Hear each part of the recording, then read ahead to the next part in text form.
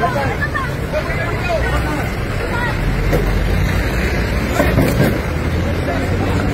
DPWH na ito, nanintek, pahirap at gahaman sa mamamayan ay kasabakat ng libo-libo, bilyon-bilyon na kinurakot ng mga kontraktor na pagmamayari ng mga dinastiya. Mga kababayan, kabi-kabila ang protesta po ngayon dyan sa Metro Manila.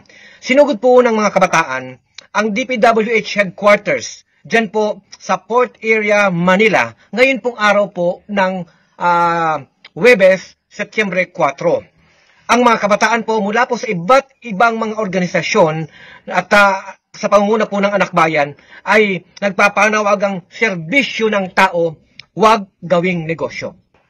Ito po ay ang panawagan dahil po sa matinding pagnanakaw sa pera ng bayan, lalong-lalo na po sa korupsyon, sa flood control projects at idinidemand po ng mga kabataan, ng mga organisasyon ng mga kabataan, ang accountabilidad.